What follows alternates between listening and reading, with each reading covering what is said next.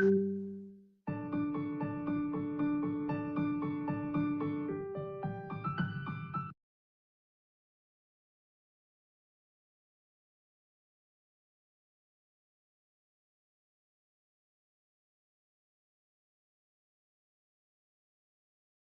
kỹ chữ là son đúng không? Và em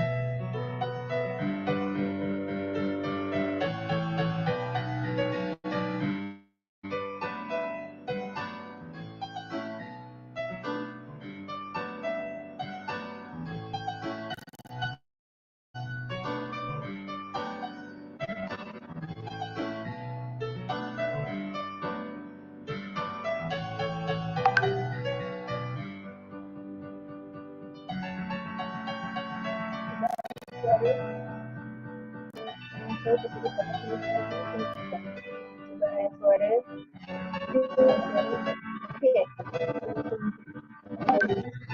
dengan suara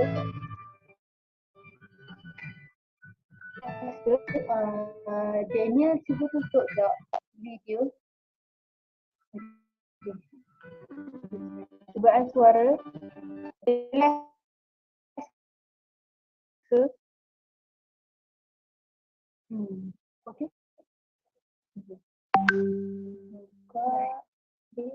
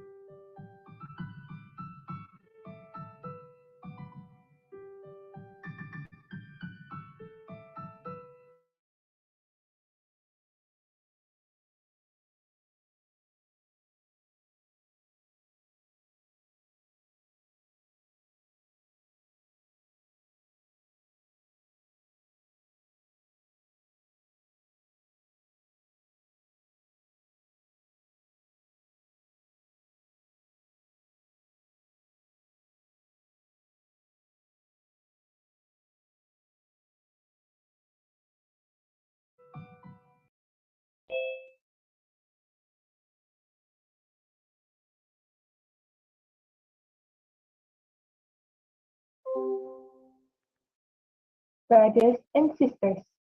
This is a housekeeping announcement. Before we start, I would like to remind all the participants to mute their microphones for the event to proceed smoothly. You are highly encouraged to open your video as well with the given backdrop in the WhatsApp group. An attendance link will be uploaded in the chat box twice throughout the event. Please fill in the form. Your cooperation is appreciated. Thank you.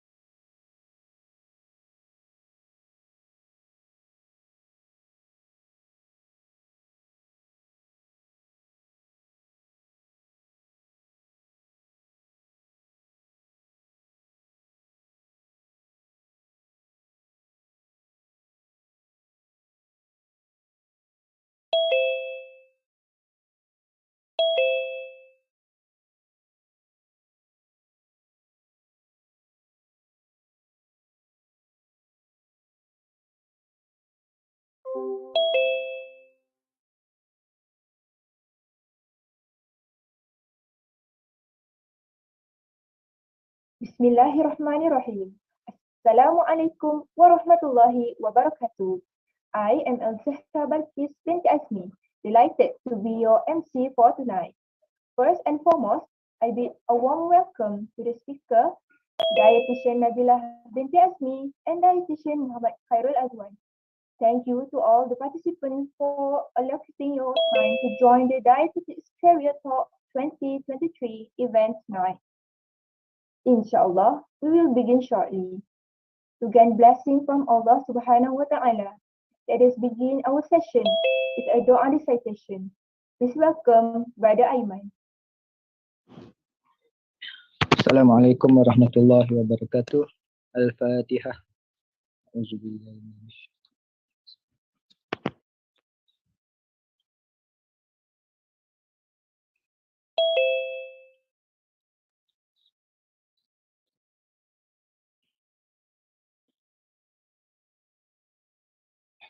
A'udzubillahi minasyaitonirrajim. Bismillahirrahmanirrahim. Alhamdulillahi rabbil alamin wassalatu wassalamu ala asyrafil anbiya'i wal mursalin Sayyidina Muhammad wa ala alihi wa sahbihi ajma'in. Oh Allah, thanks belong to you. You deserve all thanks. Thanks be you for your continuous favors. Ya Allah, Ya Alim, Ya Hakim, please bring us out of the darkness of doubt and favor us with the light of comprehension. Oh Allah, open to us the doors of your mercy and honor, Allah, the most merciful of the merciful ones. Allahumma ja'al jam'ana hadza jam'an marhuma wa tafarruqana min ba'dihi tafarruqan ma'suma wa la taj'alillahumma fina wa la ma'ana wa la man yatba'una shaqiyyan wa la matrudan wa la mahfuma. Allahumma ja'al khaira a'malina akhiruh wa khaira a'malina khawatimuh wa khaira ayyamina yawma alqaka fih. Allahumma ighfir lana dhunubana wa li ikhwanina allazina sabaquna allazina sabaquna bil iman wa la taj'al fi qulubina ghillan lil ladzina amanu rabbana innaka ra'ufur rahim. Rabbana atina fid dunya hasanah wa fil akhirati hasanah wa qina azabannar. Sallallahu ala sayyidina Muhammad wa ala alihi wa sahbihi wa sallam. Walhamdulillahi rabbil alamin. Amin, amin, ya Rabbal Alamin. Thank you, Brother Aiman. Without any further delay, please welcome our first speaker for today, Mrs. Nabila Azmi. She graduated from IIUM with a Bachelor in Dietetics with honor.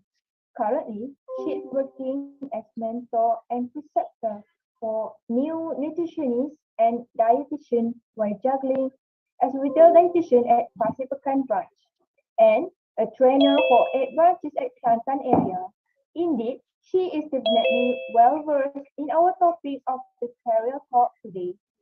Without further ado, I humbly welcome Mrs. Nabila Azmi to take the floor. Hi everyone, Assalamualaikum. Thank you for inviting me for this session. So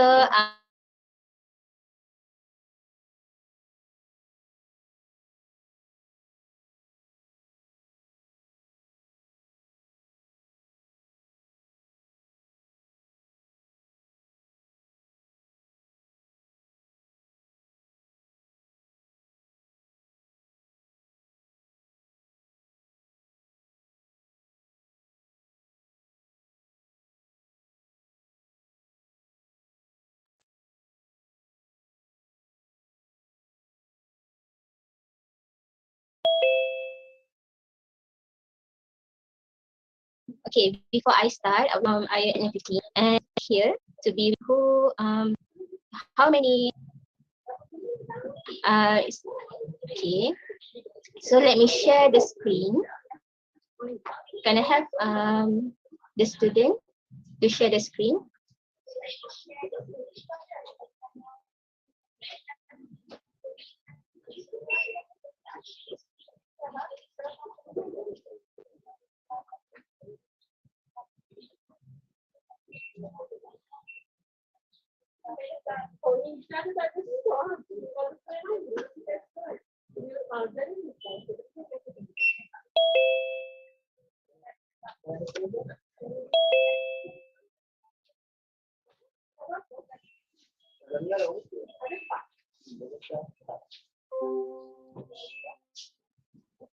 Okay, so we start.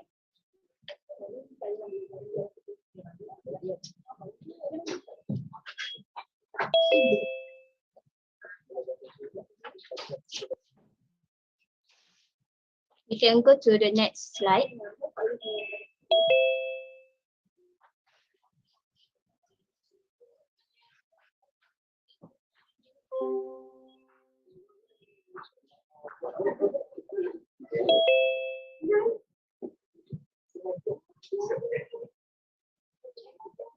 Okay. So for today's agenda, we will look at what is retail dietitian and how about my journey, how I started as a retail dietitian, and what are the challenges that a retail dietitian must facing, and how to survive in the career, and what's the next I would say like career growth for retail dietitian. Okay, so we start is what is retail dietitian first. Next slide.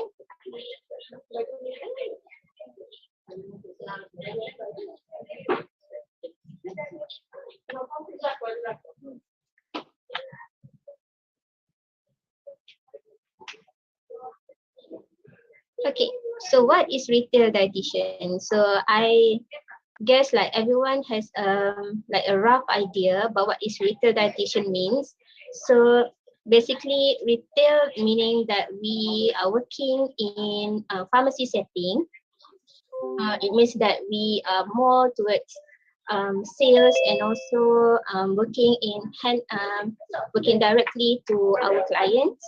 So basically retail dietitian, they have possessed the same how to say job scope like other dietitian. However, we are more towards community and community management uh, and also this staff knowledge as well. So we go to the next slide.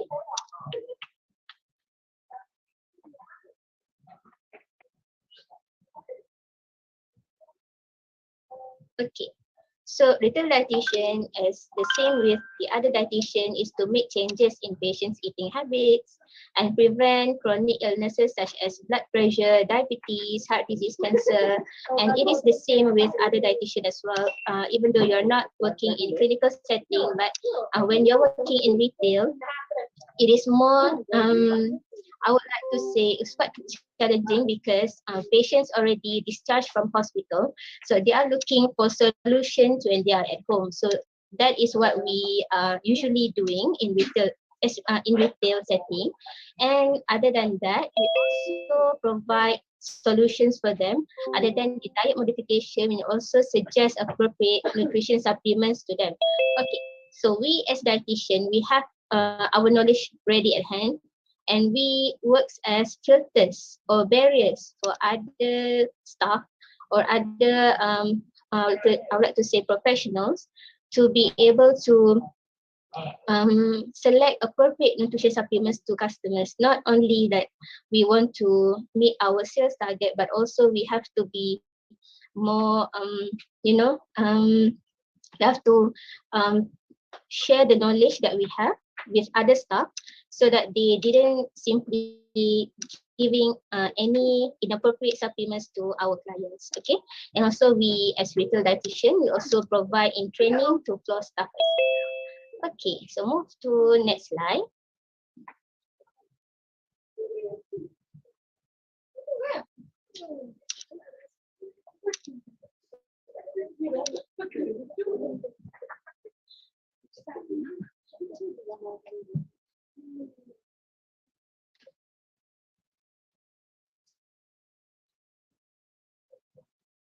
Okay, so how I started as retail dietitian. Okay, previously, okay, you can go to that slide. So as I graduated 2015, I didn't apply straight away for a job. I'm actually waiting for application to further my to further masters, and actually I got the offer to further masters, but it has problem with the sponsorship. So that's why after like a few months graduated, I only applied for a job, and then after went through a lot of interviews, I did apply for a clinical as well in hospital and also in government. And however, didn't have luck in any of the interviews. So that's why I pursue in Takaful first. I working as agent in 2015, and then I first joined retail pharmacy in 2016. So it has been like nearly 6 to 7 years already. I've become a retail dietitian, and then 2017 I've heard about a new branch to be open for Alpha Pharmacy in Kelantan. So I did apply for it and got the offer. And I started my journey as Alpha Pharmacy dietitian from 2017 onwards. And now it's already like my second branch in Kelantan. So um, one of the interesting part of Alpha Pharmacy is that we have our own role as dietitian here. We have our own position here, because previously in other retail pharmacy they don't have specifically dietitian position. They only have like nutritionists in many of retail pharmacy that available in Malaysia. As well as if you look at Watson, they have the nutritionist or health advisor, they call it. However, in our pro we have dietitian, so it's quite like a kebanggaan for us because we have title there. Okay, so that's why we have to lift up our title. It's not just you have the dietitian position, but also you have to give them the reason why it is important for us to be in pharmacy. Okay, so I can move to next slide.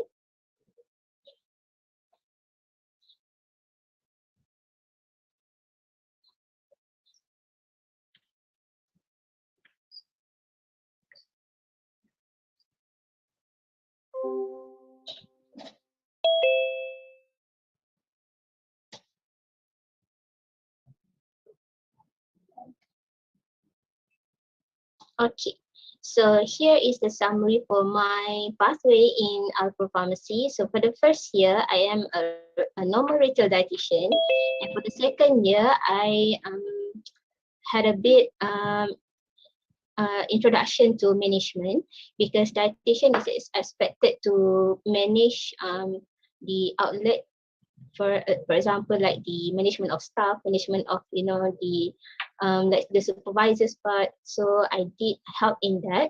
And for the third and fourth year, I'm becoming mentor in Alpro Pharmacy, and this is like my fifth year in Alpro.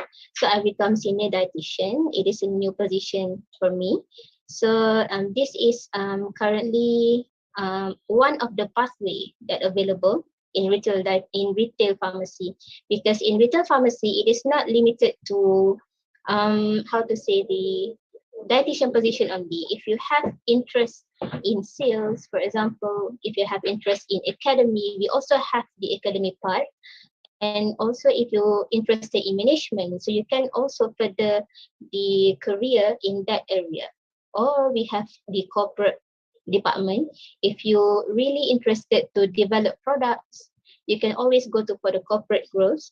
You have the team of dietitian and also nutritionists who are in that part to develop products for the other for consumers. Yeah. Okay, move on to the next part. So the challenges in retail pharmacy. Okay, so being the first batch of dietitian in Kelantan is quite challenging, especially my first branch is just in front HSM. So there's a lot of referrals from the doctors and also even for the dietitians of clients to come and buy supplements and nutritional drinks from here from Alpro. So there's a lot of challenges because they didn't really understand that we are also dietitians similar to the one who are at hospital, and they question our credibility because we are not like in hospital basis, but it is like our job to convince them and to make ourselves known to them. And alhamdulillah, for now we have very good relationship with HSM, and we also have MOU with them, and they even have the internship program with us. Like after the fourth year dietetic students finish their clinical, they can have internship, a month and internship in our pro, and if they interested to be part of our pro pharmacy, so they can apply straight away. Yeah, so we have that program now with HSM, and I'm not sure with IIUM. I heard about the MOU signing. So maybe we can do that. And yeah, I think the internship program is quite interesting because it can open your mind and also give you experience what retail dietitian is. And I think it is quite insightful for you to have to be able to you know to have like experience with us because we are quite um portray daily to daily practical work here. So yeah, I think that is very successful program for internship program with HUSM because that's a lot of them applied to upper pharmacy already. And I'm not saying that you're not interested in clinical part of something else, but if you are interested in retail, you can always welcome here. And yeah, give me just give me a call. Okay, so move on to the next part.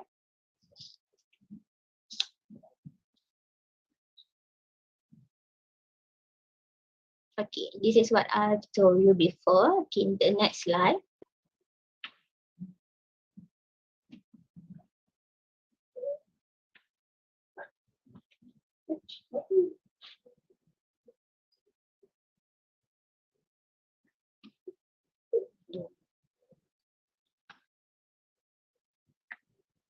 Okay, how to survive. All right. Basically, how to survive in retail is not as difficult as any other how to say institution or working place, because I would say like in retail, because the market is always there, but it's just how you um bring up yourself and also give the chance for people to know that your existence is important in pharmacy. Because I would say this, usually most of our customers are mainly looking for like supplements or nutritional supplements, health and also drinks. They always need the help from dietitian or nutritionist. And other than that, they're looking for medication that they have. Obviously, they need pharmacists to assist them. But in retail setting, it is very important to look to have our role as dietitian, because it is up for us. It is up to us to giving the right information about supplements. And I think there's a lot of misconception about how and what we can eat, what we can take, the nutrition basis, the supplement basis. So I think to make ourselves known is what is the survival tip. Make ourselves known and make ourselves like known, just not just because we are famous for the wrong thing, but famous for being a good one, you know. So I think how to survive in this part, other than the relationship with our customers, is our role in the outlet itself. So I think how to survive in this part, for us we have we have different kind of program available. We have the talk, the seminars. We always organize corporate seminars, and currently we have the corporate program. We have the SUGO 365, which is to cater to monitor blood glucose level in diabetic patient. So that is a very good program that we launched. We have the collaboration with um, the blood glucose meter. So that one is a program where you can actually monitor the blood glucose level for patient directly level. You can always have the notification, and that is very helpful for the health practitioners, because you can always see that, and we can always like manage direct our patient, not only to wait for their TCA like 3 months or 6 months to come, but we can actually directly monitoring them. So that is a very good initiative from Alpha Pharmacy. And we also collaborate with clinics, private NGOs, and we collaborate with the university. And other than the activities, we also have the training in we have what we call as academy in our group. So the academy always monitor the staff to complete the 120 points a year, so that we are not just like sell things, we have to learn things, because I'm sure that after graduated you might feel like, oh, it's been like a long time I haven't learned anything, but here we always have that. So it is not like lacking. We will not lack in continuous learning in that. And yeah, we have the training in HQ, and also we sometimes, if we can move, we will have like training in other parts as well. So it is very um, um, enjoyable. The activity is, I would say. Okay, so move to the next part. Okay. So I think my sharing is not like too hard to catch up, right? I think because retail is a quite new field to be exposed to. So I think for the next step for retail dietitian is to be proactive in whatever you feel like you are interested in, because I'm always interested in academic part. So that's why I challenge myself to be in academy. So that's why I become mentor and also senior dietitian. But if like you have interest in management, you really love to manage people or manage the projects, you can always like follow that part. And if you're really into sales, you can always be a dietitian who are masters in sales. So there's no like limitation in the career development. And other than that, if you, as I told you, if you're really interested in making something, in making products, you want to make yourself known. So it is not it doesn't end there. You can always like go for the product development team. That is very good to have a dietitian there, because you can always like do something for the benefit of others. And one of the program as well that we call it as Afro Foundation. We have the program for giving the donation of the enteral formula for the unfortunate ones, because if they want to buy outside, uh, for example, ensure, okay, for the patient who are currently tube feeding, they have to rely on the ensure 100%. So they have to buy it elsewhere, right? They have to buy outside from the pharmacy. So they don't really have the budget for that. So that's come our program, the Alpro Foundation, that we can use the enteral formula to make it work for the customers, for the patient. Yeah, that is one of our program. So yeah, I think for my part, I think that's a very that's all from my part, I think. Mm. I'm open for the question. Thank you, Mrs. Nabila Azmi. So, to all the participants, if you have any questions for the speaker, please leave them in the chat box and I will read their questions.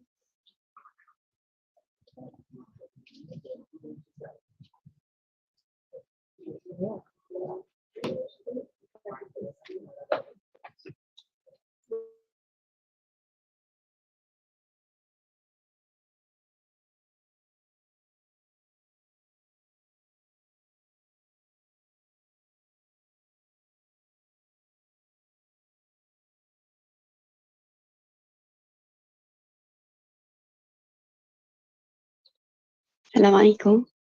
May I ask a question? Yes. Um, Hi, my name is Karina, third year dietetics student. Okay. So, I want to ask on your, could you tell us your experience in dealing with a customer? So, because, we dietetics student, me myself personally haven't exposed much with the retail dietitian. So, um, it would be best if you could tell us your experience in dealing with the customer and what did you do in your day-to-day work life. So yeah, I think that's all for me. Thank you. Okay. Thank you, Karina. So basically, you feel like for retail dietitian, we are not the same as clinical dietitian. We for clinical dietitian, like for inpatient and outpatient. For example, outpatient, you will wait at clinics for patients with appointment to come, right? So it is not like that at retail dietitian. So retail dietitians, you also work with the counters. You have to sell things, but when you speak to customers, that is the time when you ask customers a lot of questions. You ask about their health, about what is their concern, and if the customers want to buy like medication, so that comes your part. So how long have you been taking this medication, and if do you have like other symptoms as well, and what is the range, the normal range for your like blood glucose, for example, if you are looking for diabetes medication. So if you are feeling that you want to have appointment with them, if you feel like you want to follow up with them, so that's come the appointment when you want to have like a proper assessment. You make appointment with them like for 30 minutes or 45 minutes. It doesn't matter, because mostly when customers come to pharmacy, they sometimes they have like time to allocate for you, like they can directly be there. Oh yeah, I'm free right now, so I can do consultation now. So you can that is like what we always do at retail basis. But if they don't have time, so that's how you make like appointment for another day. And yeah, that is like up to, it's quite flexible. If you want to make it a follow-up case, you can always make it a follow-up case. If you want it to make like a one-time consultation, is also okay. So as long as like you show and you give a proper like consultation for them, they will always appreciate it.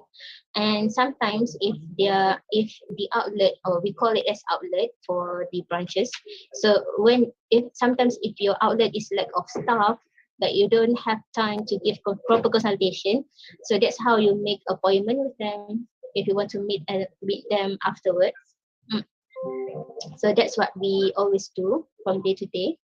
And yeah, I would say like for customers, they feel really relief when they know that they are dietitian in pharmacy, because they don't really realize, oh, dekat pharmacy ada dietitian.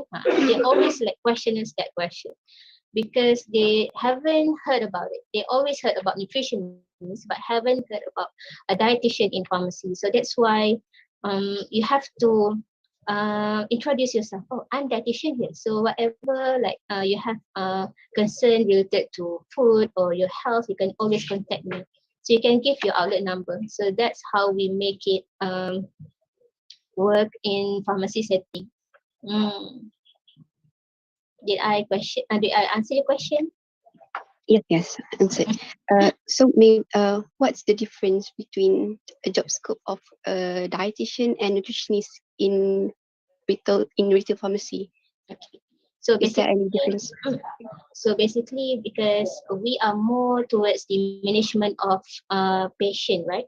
Then nutritionists, they know the basic of management. They have the basic knowledge of management of certain like problems, but the detailed one like the kidney part, the cancer part, um they don't have the how to say the knowledge for that.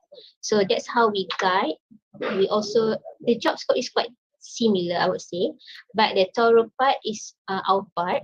So we have to guide them to be able to give a proper assessment as well to clients.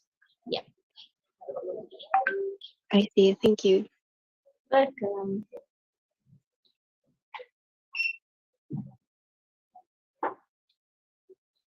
Oh, I saw a chat here.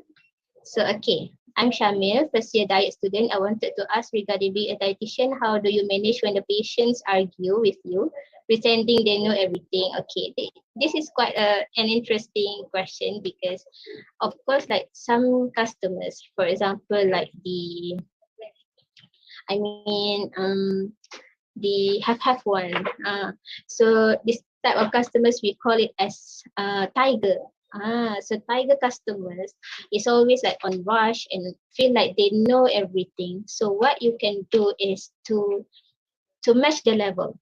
Okay, I would say like to match the level so that they don't feel inferior, but they feel like, oh, we are at the same at the same level, so I can hear what's your point is, you know.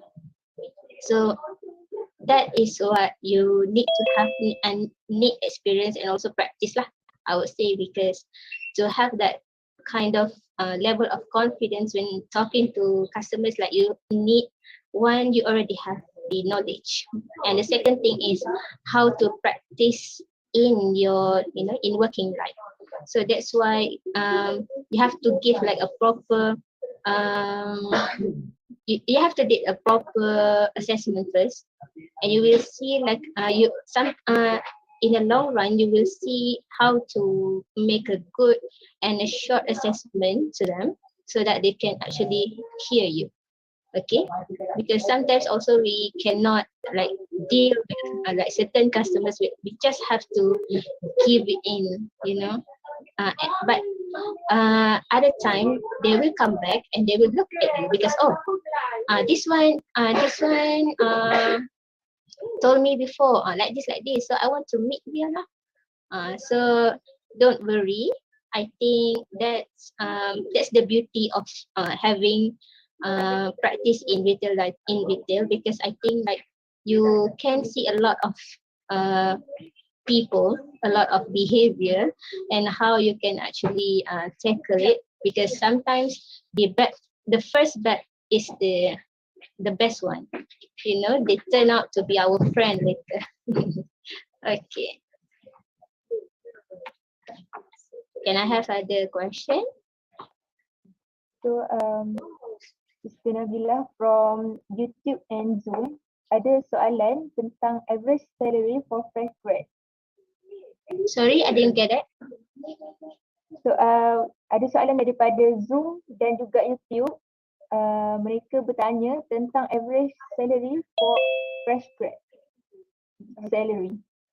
Average calorie. Average. Can you type in the chat?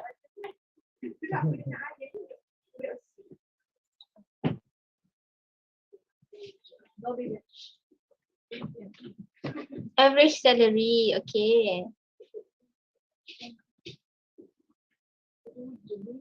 Especially in Alpha Pharmacy. Okay. Oh, okay. So Okay, looking for my experience again. For my fourth year during clinical, actually I think dietetics is not my patient. You know, because when I meet patients, I feel like depressed because you're looking at sick people. But then when you meet a very good and successful case, you feel like, oh, bukoba. You feel like, oh, I actually kind of like this path, you know, and um it's not uh how to say, don't feel down when you feel like you don't know how to choose, you don't know what to choose for your career. I feel like you have to go with the flow and also try as much as you can, because to find someone's patient is quite a journey itself. So I think you have to try a lot. Try to be in clinical, try to be in catering. During your practical year, you have to really feel it. You know, you don't have to feel. Jangan enjoy sangat. You have to really focus on it, and you can actually feel the beauty from it. Uh, because I think to find someone's patient um is quite challenging, because sometimes when you feel okay in this part, sometimes you don't feel good at that part.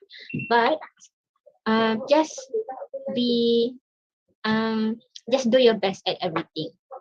And that will come that will there will be time when you feel like, oh, this is my patient. mm.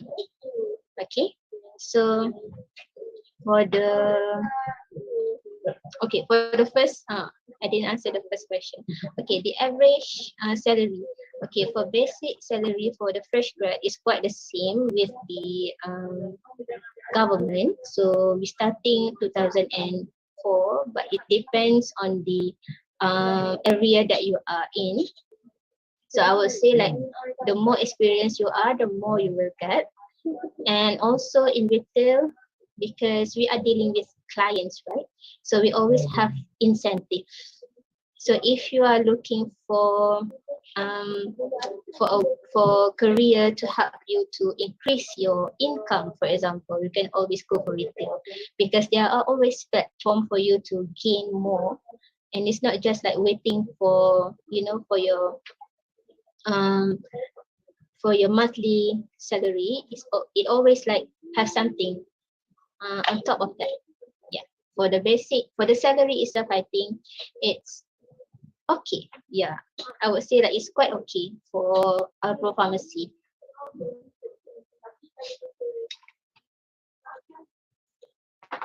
Okay, I saw a question.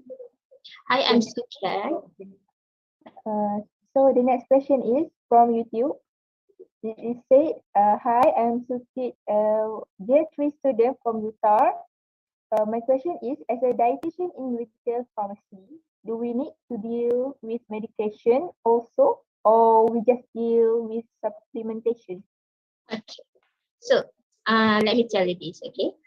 So my first experience in retail pharmacy, my first pharmacy that I work, I am the pharmacy assistant. Mm. So I have like 3 months of learning all the medication. Yeah, because other than pharmacies, the other staff also have the responsibility to prescribe medication. But you have to be really, really careful, because it is dealing with um, death also. So I would say like in retail, you cannot you cannot uh, you cannot how you cannot go away from that. You always have to be prepared for the medication as well. That's why we have provide training in alpha pharmacy. We have the academy, and we always like provide the staff to give a proper medication to the clients. We have to dispense as well. So that's why you have to learn, and you have to like add on the consultation as well as dietitian.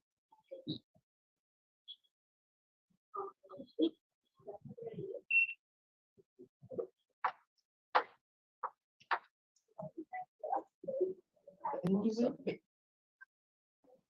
Okay, thank you. Uh, So, so Alan, jadi kiranya as a dietetic student, kita boleh jadi assistant pharmacy ke?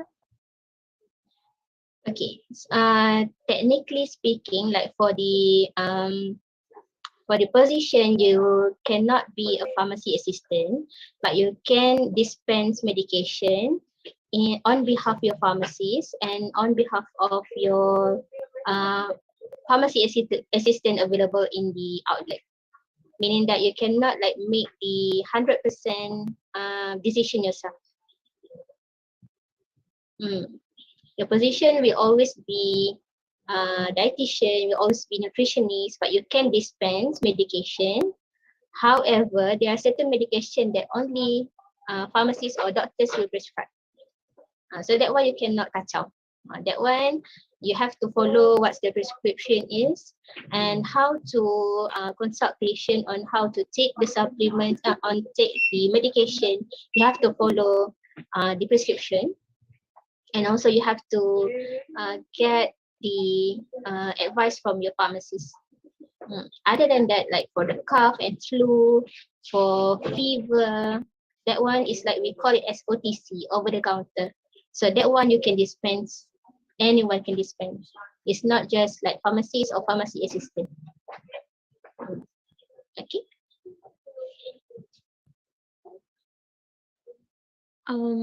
Hi, I have a question. My name is Ain, for a year dietetics student and currently doing my internship. So I would like to ask, in terms of the, for example, the ONS, the supplementation, do we have any sales target for each product that we need to achieve by the end of the month? Since we are also introducing the suitable supplementation for the customer, right? So do we have a specific target that we need to achieve? Thank you. Okay, so basically like that one is more flexible, depends on the pharmacy that you are interested in. Like for example, like in Watson, have you seen the PWP? Have you seen the promotion on the counter? Yeah. So that one is changing every month. So the target depends on the month. It will be change. It will be changed. It is changeable. The target is, and also I would say that for the target part, it has like different category. It has different. The product will be the same for all outlet. However, how much you have to sell is different. It depends on the size of your outlet. It depends on the daily to daily sales in your outlet. For example, if that is a new outlet just open, you cannot have the same target as the old outlet, right? Yeah, so it depends on the outlet, and the one who will give the target is HQ, because we are HQ basis. Our pharmacy also have franchise. So for franchise, it doesn't follow the target set by HQ. And also for the products, it is also changeable. If it is for that month's target, so you have to achieve that month's target. But for other supplements, you can always like promote for others. There is no target for that.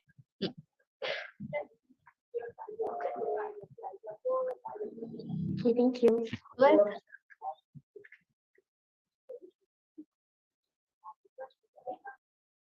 oh, I forgot to say this. Our pharmacy also currently we have launching like silver care program. We focusing on the silver care, like the elderly, the 60 years and above care. So whoever have the patient or family members who are dealing with like chronic illnesses, they just like discharged from hospital, for example, or they have like bed sore. So we have this specific um, it's not like program, but we have the sharing session together with them like every month, so that they can actually learn about how to take care of elderly patients. So that is what one of the activities that we always do every month. So I think that is very like close to us. Mm. Okay, so another chat.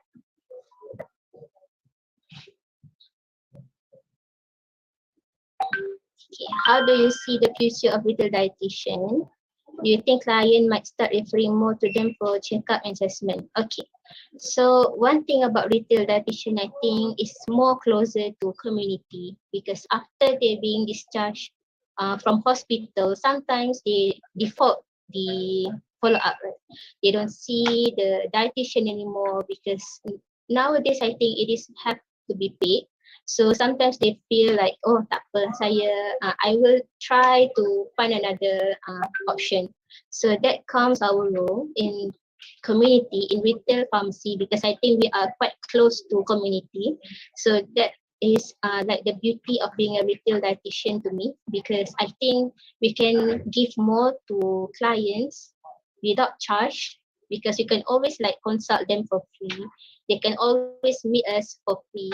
They can always ask question from us for free. So I think that is like for the future, I think in pharmacy setting, especially, I think dietitian is quite crucial. Other than pharmacists, pharmacy is a must in pharmacy because we need their license for the pharmacy to operate. However, for the staff, I think the other part, other than pharmacy, they need to have dietitian or at least nutritionist, because from there you can have a good foundation for the pharmacy so that you can give a lot and contribute a lot to customers. And I saw this especially during our MCO last 2 years, because um, we didn't close, so we always like give the our service, our service to patients, so that they can feel like even though cannot go to hospital, they can have us to guide them in terms of the health and also the medication or the supplements. They can always depend on us. So I think the future for dietitian in pharmacy is growing. Yeah, I think it is growing because they see the importance of our role in the pharmacy. Mm.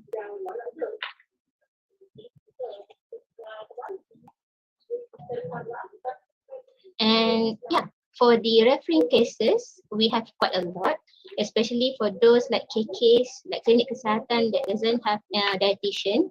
So they always like refer to the nearest one, and we also have nurses come to pharmacy, and they always give our numbers to the clients, to the patients, so that anything that related to products or to nutrition, they can always contact dietitian to be sure of that. So I think there's coming quite a lot of reference. Okay.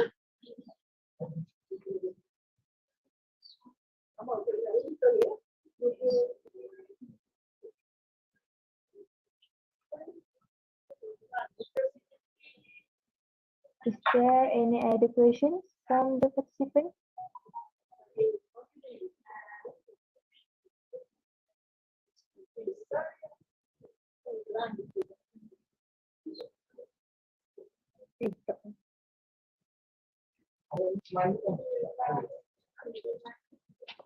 If there is no question, maybe this is the last question. So, what made you decide to go for retail pharmacy, and how did you get into industrial dietetics, and why do you stay? Because it is mentioned that it is the new field, right? Sorry, I didn't get the last part. It is what? Why do you stay? Because it is mentioned that it is a new field. New field. Okay. Okay, so why I choose retail dietitian? First of all, I really love Watsons and Guardians. I always went there to buy things, and also went for like supplements or the makeup, for example. So I always love to buy. But I was thinking like why the other pharmacy didn't have the option for dietitian for its position. So that comes into mind when I first heard about Alpro Pharmacy. That one is from my pharmacy friend.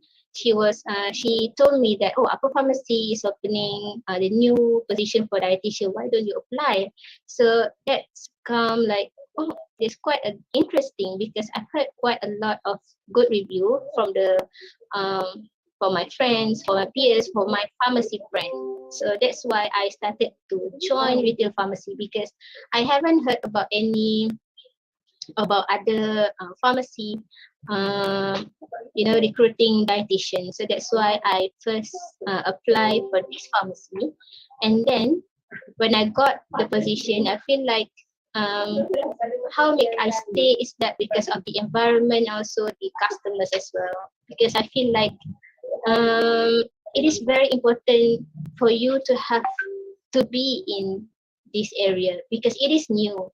It is new and it is achievable to everybody. I think that's why we are quite important in this field because whatever sometimes they just I've just met dietitian in hospital only or in like certain seminars. They have like a proper setting for that.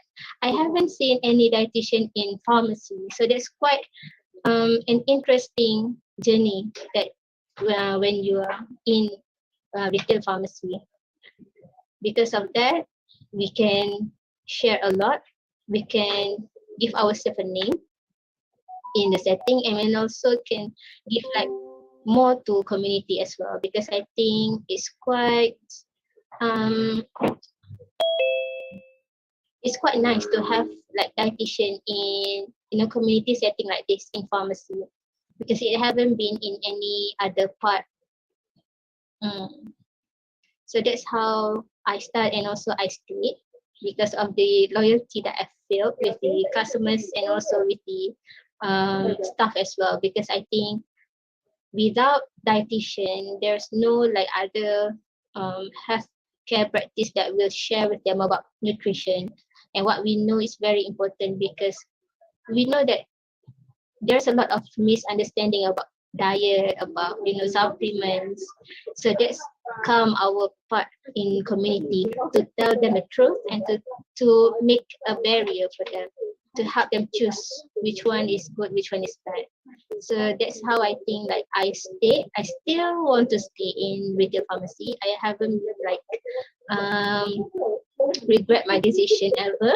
And I think this is like my passion currently. So I will stay. And I hope that there's a lot of dietitian out there who will apply, who will like embark the journey together because I think it is very interesting field to be working in.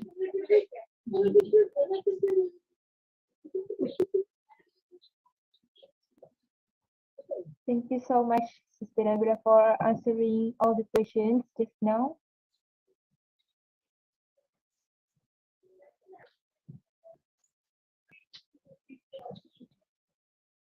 If there is no other question, we will next proceed to the photography session.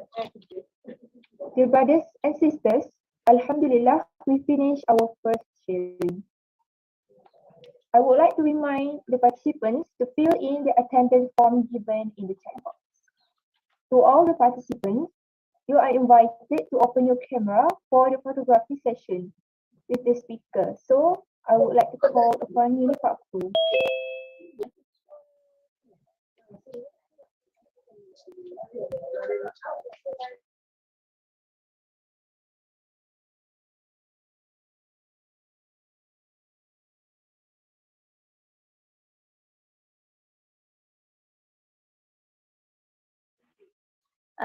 Okay, so semua orang boleh buka kamera. Kita akan ambil gambar.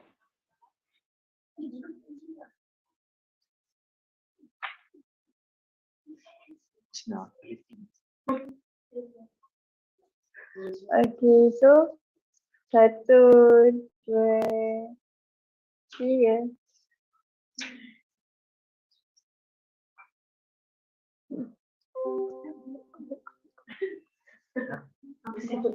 Sekali lagi.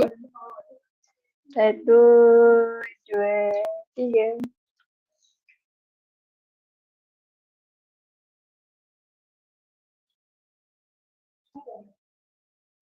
Okay.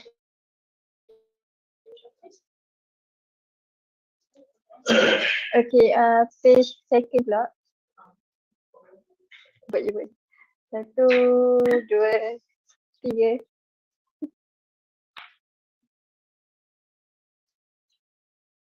Okay. So page six. Satu, dua, tiga. Okay. Terima kasih. Thank you. Thank you, Unipark Pro, for the memorable photos. On behalf of the committees, I would like to gladly express my gratitude to our speaker, Mrs. Nabila Azmi, for the wonderful session that can help students to explore their future careers. Next, I would like to welcome our second speaker, Mr. Muhammad Khairul Azwan, for the second sharing session. He graduated from UPM with a Bachelor of Science in Dietetics. He previously worked as a food service dietitian at Besta Food Service, Sendirian Berhad. Now, he is currently working as a clinical dietitian at Medical Center. At the same time, he is also doing a freelance fitness dietitian at Diet Fleet. He regularly holds talks in various areas such as Cancer Day celebration in UMMC and Nutrition in Wound Healing Seminar. He is certainly the right person for our talk today. Without further ado, I humbly welcome Mr. Muhammad Khairul Azwan to continue the session. Please welcome. Yes, Mike. Boleh dengar tak? Boleh Boleh. dengar. Hai, Assalamualaikum. Selamat malam semua. Apa khabar? Khabar baik. Ya, suara saya clear tak? Ya. Yes, Boleh clear. Boleh sebab line tak berapa nak cantik ni sini. Saya boleh guna bahasa Melayu lah. Tadi dah habis Boleh. dah habis ni dah tadi speaking dekat UPM. Topik yang sama juga. Okay, berkenaan dengan career punya pathway. Ada daripada UPM tak dalam ni? Ada from anyone from UPM? Anyone from UPM ada tak? Tak ada Atau kau ada nak dengar dua kali lah. Okay, the same thing saja, benda yang sama saja. Okay, boleh saya tahu tak? Dari dalam ni daripada universiti mana? Boleh type kejap tak daripada mana lagi? Selain daripada UIA, ada lagi tak? UIA nak type sekali pun boleh. Kalau UIA type tahun berapa? You guys daripada universiti mana, tahun berapa? Paryuta, Tun Abdul Razak. Okay. Tahun 4. Tahun 1. Okay. Macam-macam ada. Tahun 3 pun ada. Ya.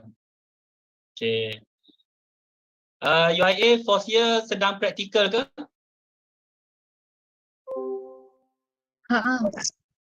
So tahun 3 lah. Sekarang ni tengah intern dekat HTA, ada juga dekat Sasmet. Oh, okay. Tahun 3 lah jadi senior sekarang. So tahun 4 dah keluar dah. Dah keluar praktikal. UIA second year. Okay, so campur lah 1, 2, 3, 4 semua. So yang lain-lain daripada Utah lah selain UIA. Okay, so saya perkenalkan diri saya. Nama saya Muhammad Khairul Azwan bin Din. Berasal daripada Pasir Mas, Kelantan. Graduate daripada Universiti Malaya. Universiti Malaya. UM tak ada Dietetics. Daripada Universiti Putra Malaysia. Daripada Universiti Putra Malaysia. Agak-agak tahun berapa saya grad? Type, kalau tak nak tulis tak apa, boleh type je. Agak-agak, kalau tengok muka tua sangat ke? 17. Nak kena boleh bagi hadiah ni 15. Jangan segan nak teka kalau tua. Saya grad tahun 2010. Saya bertugas di Pusat Perubatan Universiti Malaya bermula daripada tahun 2010. Okey, sekarang tahun ke-13 lah saya dekat UPM. Okay, tahun ke-13 saya dekat UPM. Suara saya betul-betul clear Nampak macam ada yang tengah adjust sound, betul-betul clear Okay, kejap saya share saya punya slide kejap ya.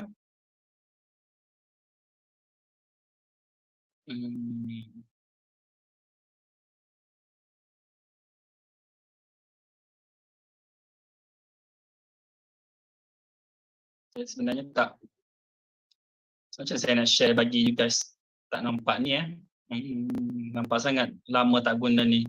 Masa COVID je banyak guna pakai apa? Pakai Zoom ni. Sekejap ya. Okeylah, tak apalah saya share daripada sini. Mana ya Allah. Boleh nampak? Full tak?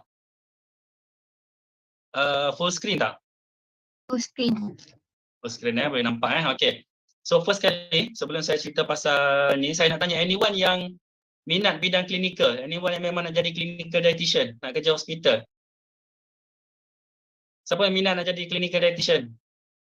Okey, minat nak jadi clinical dietitian nak duduk hospital pakai white coat, okey. Jalan-jalan dekat hospital macam doktor Siapa sini minat food service? Ada yang minat food service? Tulis hi sikit, siapa yang minat food service? Tak ada yang minat food service. Siapa yang minat ni? Apa lagi?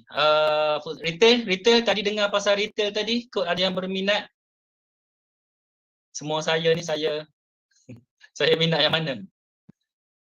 Retail. Okay. Sport, ada yang nak jadi sport dietitian, ISN, Institut Sukan Negara, Majlis Sukan Negara. Ada yang tak kisah lantaklah asalkan kerja. Ada. Semua minat. Saya pernah pergi interview untuk Institut Sukan Negara, ISN. Dia ada tiga kali tiga tapisan untuk ISN. Tapisan pertama, tapisan kedua, tapisan ketiga. Dan boleh kata 80% kandidat yang pergi interview untuk ISN adalah bekas atlet. Okay, ex-atlet wakil negara, wakil sukma. Okay, yang sebab time tu dia belum ada lagi time saya interview tu, time tu saya dah kerja PPUM. Tapi saja nak try ISN, tengok sebab dia ada open pejawatan untuk Kota Baru, so saya plan nak balik. Jadinya saya pergilah try interview 3 kali interview lepas. So saya dapat surat tawaran lah untuk menjadi sport dietitian. Tapi fikir lah sekali tak jadi. Okay, so saya tak pergi dekat ISN, saya continue dekat PPUM. So siapa yang nak tanya sikit pasal ISN ke pasal apa, bolehlah cuba tanya sikit. Saya adalah idea sikit saya nak cerita apa, okay? Kalau rasa tak minat pasal sport, tak payah tanya apa. Nak tanya pasal food service pun boleh sebab saya pernah kerja dekat food service juga. Okay? Okay, so ini saya pada umur kalian, kalau kalian tahun 4. Okay, ini saya pada umur kalian pada tahun 4. So waktu ni saya tengah praktikal final year. Okay, di Hospital Raja Perempuan Zainab, Kota Baru Okay, time ni tengah poyo-poyo lagi, acah-acah kerja hospital. Okay. Okay, ini saya dekat UPM. Okay, saya aktif dekat bahagian majlis tertinggi college. Okay, kalau bukan orang UPM mungkin dia tak tahulah. Okay, aktif di Barat juga. Okay, gambar-gambar ni rasanya tak perlu kot. Sedang yang penting. Sebab ini saya punya slide untuk UPM tadi. Okay, so ini saya punya batch. Ada lebih kurang 1, 2, 3, 4, 5 lelaki. You guys punya batch ada berapa orang lelaki UIA? 6. Okay, kami ada 5 orang. Fourth year. Ada yang 6, ada yang 5. So daripada 1, 2, 3, 4, 5 ni sepatutnya ada 6. Kami sepatutnya ada 6 orang. Tapi seorang keluar pada tahun kedua. Tahun kedua dia keluar daripada Dietetics. Dia join, dia tukar kos. Dia ambil kos kewartawanan. Dia ambil kos ni. Orang panggil apa yang wartawan biasa jadi kos tu. So sekarang dia wartawan dekat berita harian lah. Seorang lagi keluar pada tahun 4. Dalam gambar ni 1, 2, 3, 4, 5 ni seorang keluar pada tahun 4 waktu praktikal. So dia tak boleh bawa special unit. So dia minta untuk keluar pujuk tak dapat juga. So dia pun keluar. So yang grad 4 orang lelaki betul. Yang gradnya 1, 2, 3, 4 lelaki saja. Okey. Okey, itu sukan juga. So awal pekerjaan saya Ni awal saya bekerja dulu. Waktu ni saya bekerja sebagai catering dietitian. Catering dietitian sangkut Saya sangkut sangat ke? Sangkut sikit je. Okey tak? Okey. Okay. So ini saya kerja sebagai catering dietitian dekat Besta Food Service. Ini hari raya pertama. Okay, hari raya pertama. So tak beraya lah. Tak beraya, duduklah kerja bersama dengan HR. Okay, ni yang lelaki seorang lagi ni HR, bahagian human resource. Okay. Saya kerja dekat Kedah, dekat Besta Food Service, dekat hospital Kedah Medical Center. Ada orang Kedah sini? Ada orang Rostar sini? Ada orang Rostar kenal Kedah Medical Center? Kenal Kedah Medical Center Kedah Medical Center, kalau VIP banyaklah pergi sana Okey. Kedah Medical Center. Kalau tiba-tiba line saya tak berapa elok, bagi tahu muka tak bergerak tak apa, janji suara dengar. Okey. Then saya start kerja waktu tengah Viva. Maksud saya waktu orang tengah Viva, orang tengah baru habis. Saya kerja sebelum saya grad. Saya start kerja sebelum saya grad lagi. Saya kerja lebih kurang 5 bulan sebelum saya grad. So saya habis belajar, betul-betul habis belajar. Sebelum Viva saya dah start kerja sebagai catering dietitian. Lepas tu saya ambil cuti untuk pergi Viva dan juga ambil final exam. Dan pada bulan 10, jadi saya dekat Kedah Medical Center sebagai catering dietitian. Pada bulan 10 saya masuk sebagai clinical dietitian lah dekat pusat perubatan UM. So saya kerja lebih kurang 5 bulan sebagai catering dietitian, kemudian jadi seorang clinical dietitian. Okey. Lepas saya masuk kerja 1 hari bulan, saya 2 minggu lepas tu saya ambil cuti untuk graduasi pada hujung Oktober 2010. Okey, so saya masuk kerja sebelum saya grad lah. Okey, setelah mengharungi pelbagai-bagai cabaran sepanjang pekerjaan, sepanjang 13 tahun ni, so saya ada banyak join untuk media, media ada join MHI.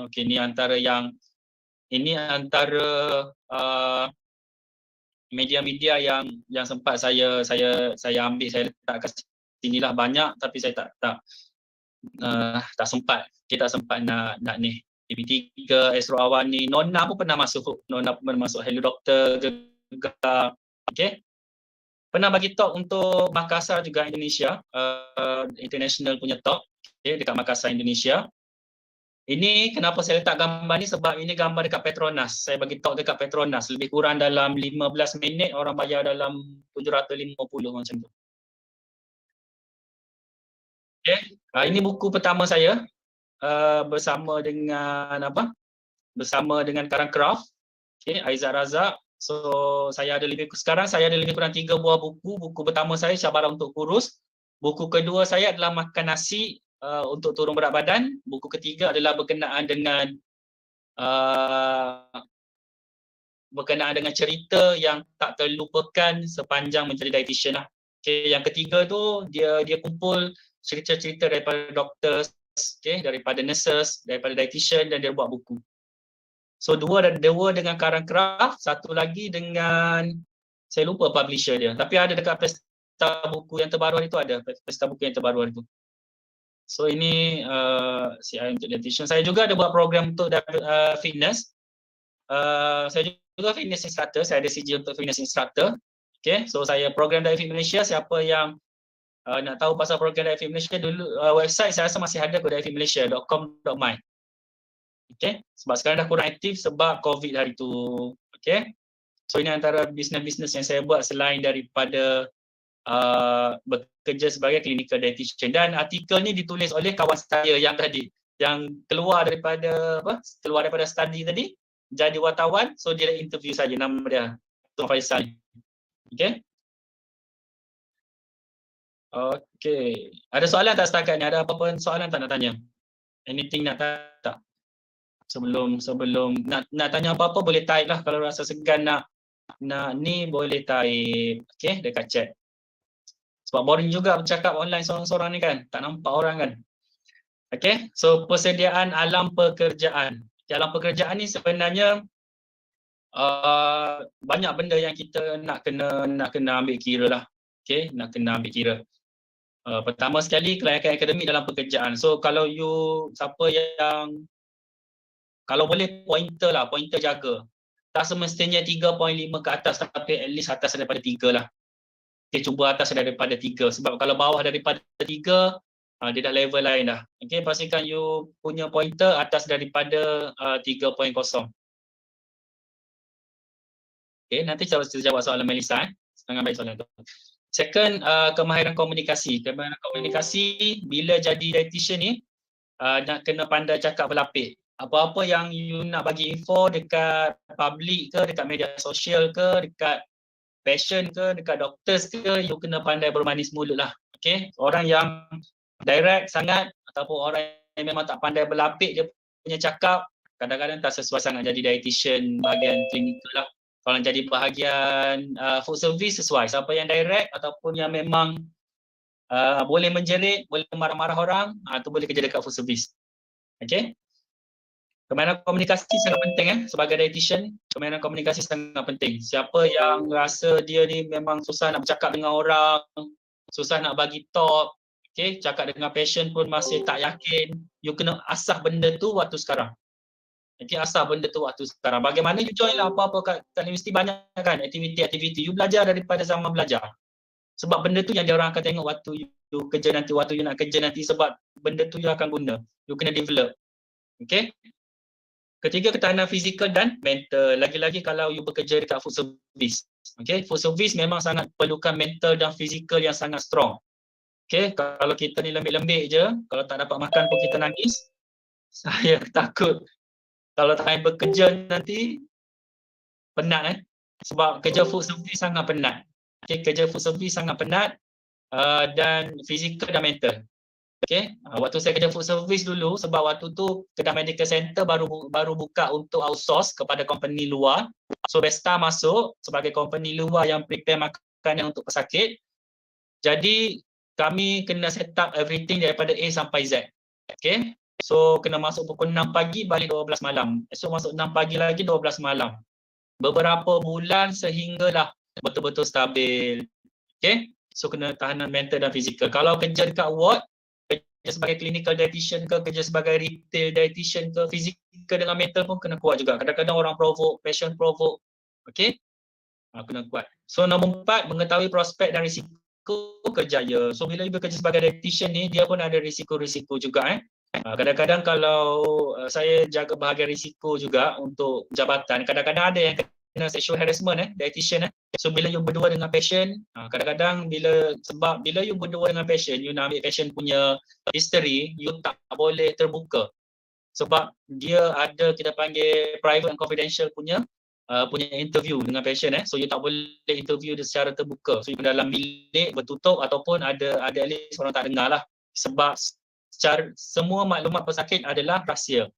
Jadi bila you tutup pintu bilik apa semua, kadang-kadang dietitian ni cantik-cantik. Okay, dietitian ramai cantik-cantik. Saya rasa dalam coursemate you pun ramai cantik-cantik. Cuma tu lah bila tengok coursemate sendiri tak apa-apa nak lalu sangat lah. Okay, selalu tengok, bukan apa, selalu tengok. Tapi sebenarnya cantik-cantik dietitian kita cantik-cantik. So bila you kadang-kadang ada sexual harassment daripada patient, kadang-kadang kena marah dengan patient bila dia menunggu lama. Kita patient ramai, tapi bila menunggu lama dia orang marah. Okay, macam-macam lah. Mental kena kuat, risiko kerja je kena ada.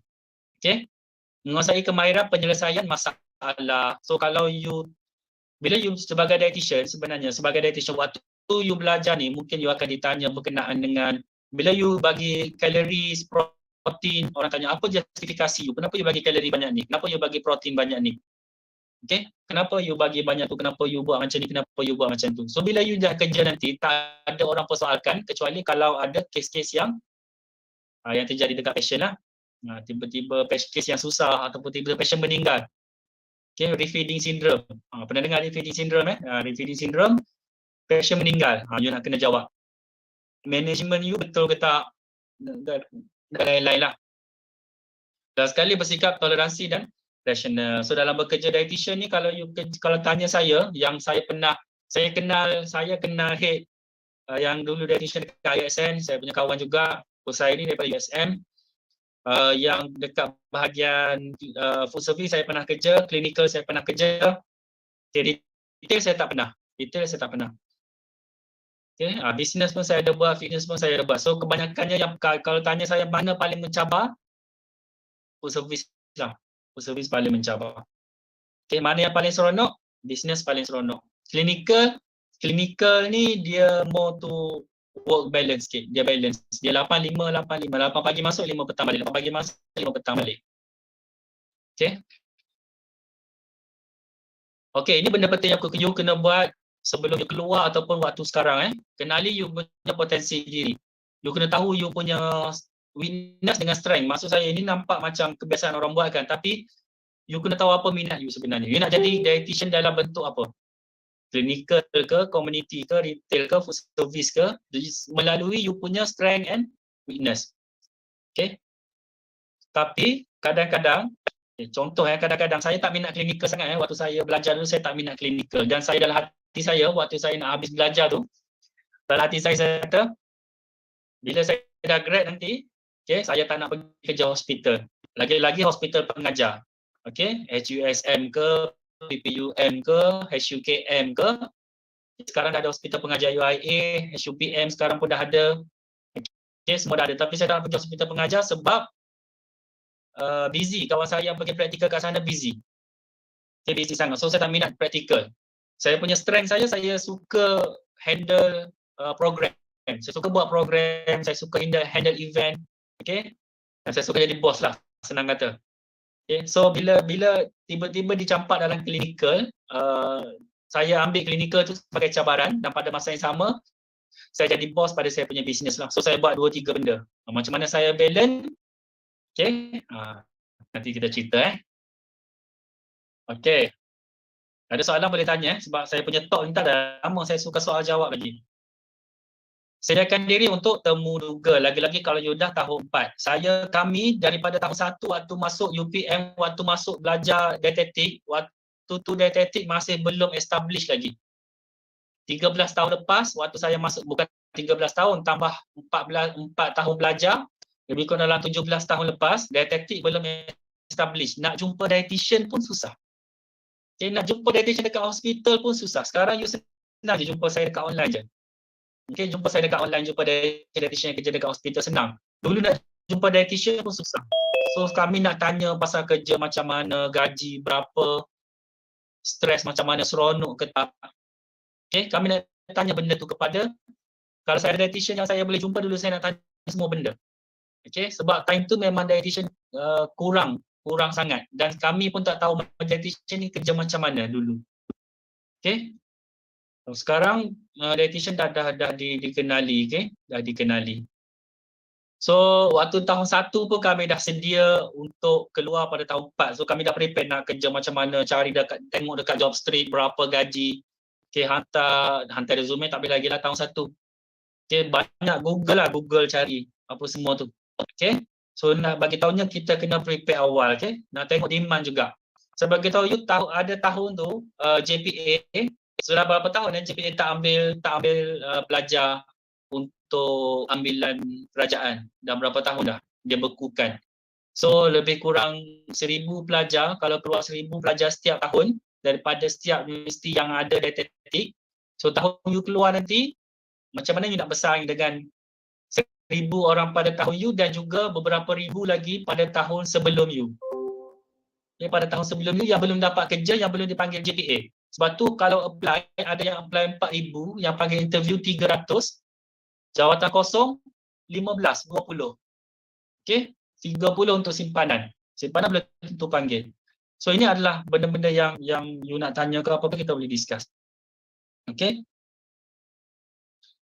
So resume kena cari pengalaman awal. Sebab kata saya tadi, join lah apa-apa aktiviti, join lah apa-apa program supaya bila you masuk interview nanti you ada benda nak cerita dekat interviewer. Sebab you fresh grad. Bila you fresh grad, you tak ada pengalaman bekerja. Okay, jadi bila you grad saja terus you cari kerja kat retail ke, food service ke, mana-mana ke sebelum you dapat kerja masuk clinical. Kalau you punya clinical, you punya aim lah. Kalau you punya food service, you punya aim.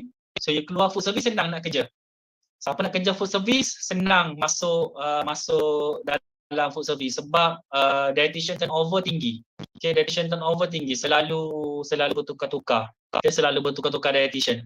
Okay, tapi nak masuk clinical susah. Okay, so sementara itu clinical kalau tak dapat, you masuk food service dulu, you masuk retail dulu, you masuk mana-mana dulu. Okay, sampai you dapat benda tu. Sebab setiap pengalaman yang you ada tu sangat penting. Okay, kadang-kadang cakap senang nak buat diabetic diet, nak buat low cholesterol, low fat, low salt, apa semua. Bila kita suruh nak jadikan dalam bentuk meal, hanya dietitian yang ada pengalaman dalam food service saja boleh bagi tahu. So cari pengalaman awal jangan mengganggu lama sangat. Jangan you habis kerja tu duduk tunggu orang masuk pindang. Okay? Bekerja dulu, cari kerja, apa-apa kerja pun tak apa. Apa cabaran sebagai dietitian? Cuba tulis sikit. Apa you rasa cabaran sebagai dietitian sepanjang you practical? Kalau you dah practical. Tulis sikit. Saya nak tahu juga apa you rasa cabaran. Cabaran apa you rasa sebagai dietitian ni?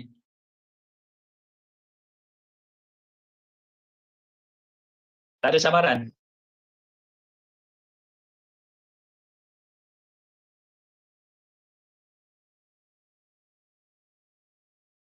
Semua okey Masa tak ada cabaran sebagai dietitian, you tak rasa kerja sebagai dietitian ni mencabar ke? Kalau UPM tadi dia kata mungkin mencabar handle case lah. Okay, mencabar untuk handle case. Okay, tapi yang kat UIS saya tak pasti macam mana you guys punya cabaran untuk ni. Okay, saya bagi sikit Pertama sekali kita kena bersedia lah. Okay, bersedia untuk ditempatkan di mana sahaja. Siapa kat sini beasiswa JPA? Ada yang beasiswa JPA dalam ni? Ada JPA punya beasiswa?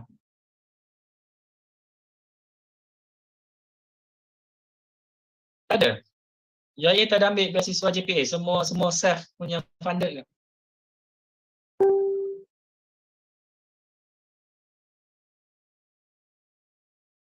Oh, tak ada beasiswa JPA. Ke tak dengar saya cakap?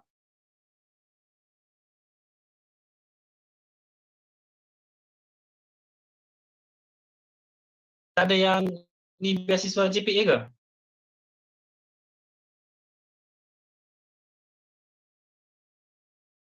Beasiswa JPA. Dietitian Nabila stay. JPA JPA macam kita tahu kalau dalam masa setahun kalau dia tak bagi kerja dekat kita, tak adalah. So you boleh pergi mana-mana lah. Saya salah seorang pemegang untuk beasiswa JPA juga. So dalam masa setahun tu kalau KKM panggil untuk interview kena pergi, dan kalau tak dapat bolehlah kerja kat mana kita nak kerja. Okay. So siapa yang pegang beasiswa JPA, pastikan dalam masa setahun tu you pergi interview lah. You tak boleh lari daripada interview lah. Tak boleh habis kerja terus pergi kerja Arab Saudi ke, pergi kerja Singapura ke, tak boleh Kena kerja dengan kerajaan kalau dipanggil. Kalau tak panggil, setahun you boleh cari kerja yang mana you nak. Okay. Ada yang kena dekat Sarawak lah, kat mana-mana lah, kena ni lah. Okay. So, setengah kerja memerlukan kerja lebih masa atau shift. Okay, ada kerja memerlukan kerja lebih masa ataupun shift. Lagi-lagi kalau food service. Okay, kadang-kadang retail pun kadang-kadang kena stay lambat, kena stay sampai pukul 9, 10. Okay, pun ada. Ada yang office hour. Okay, kena kerja lebih masa. Dietitian yang clinical pun kadang-kadang kalau tiba-tiba dapur buat hal, kita kena jaga jugalah. Okay, cabaran lagi kadang-kadang sesetengah hospital tu dia tak recognize dietitian. Ini dululah. Kadang-kadang kalau sebut dietitian pun orang tak kenal. Tapi sekarang saya rasa bila sebut dietitian semua dah kenal dah. So, you juga ada cabaran untuk pastikan kita mendapat kepercayaan daripada doktor atau pakar di hospital. Okey, kadang-kadang bila kita seorang saja di hospital tu sebagai dietitian, kita kalau kita tak mendapat kepercayaan doktor atau pakar daripada hospital tu, kadang-kadang kita kerik-kerik lah. Okey, kita akan jadi kerik-kerik. So kita kena banyak komunikasi dan juga mendapatkan kepercayaan daripada doktor atau pakar di hospital. So kena kenal dia orang, kenal dengan matron, kenal dengan nurse dan kenal dengan pakar-pakar yang ada. Okay, so apa yang seronok jadi dietitian? Kenapa jadi dietitian ni? Seronok ke? Apa yang seronok jadi dietitian? Kenapa you ambil course dietitian? Mak paksa ke? Mak paksa jadi dietitian ke? Ke pilihan kelima? Dah tak ada pilihan lain dah. Semua tak dapat dietitian je. Sebab minat. Saya kata sebab minat. Okay, dia sebab minat, sebab saya suka makan. Very good. Lagi banyak you ada ilmu, lagi banyak you tahu pasal makanan, lagi you akan suka makan. Lagi you tak takut nak makan. Apa yang seronok menjadi dietitian? Saya serahkan pada you all untuk tentukan sendiri apa yang seronok sangat jadi dietitian. Okay. Saya nak buka kepada soalan kalau ada. Bagi talk malam ni kadang-kadang mengantuk student nak main Dota, nak main Counter Strike. Sekarang main apa Mobile Legend je kat phone. Okay, kalau ada soalan, saya buka soalan, tapi saya nak jawab soalan daripada Melissa tadi. Dia kata sangat inspiring macam mana Encik Khairul boleh seimbangkan kerja klinikal dan freelance business. Saya ambil freelance saya sebagai bisnes saya ni sebagai saya punya cara untuk saya release stress atau release tension. Sebab kerja sebagai clinical dietitian ni bukannya kerja yang bagi lelaki, bila kena kerja sebagai clinical dietitian ni bukan seronok sangat lah bagi seorang lelaki. Bagi saya lah. Sebab saya orang yang aktif, suka bersukan, suka berpeluh. So bila kerja dalam hospital dan dalam aircon, okay, so tak best sangat. So saya jadikan freelance saya, bisnes saya ni sebagai saya punya saya release tension. So that's why bila saya stress, saya release dengan cara saya buat bisnes dan juga freelance fitness. Jadinya seimbanglah saya punya hidup saya dekat situ. Okay.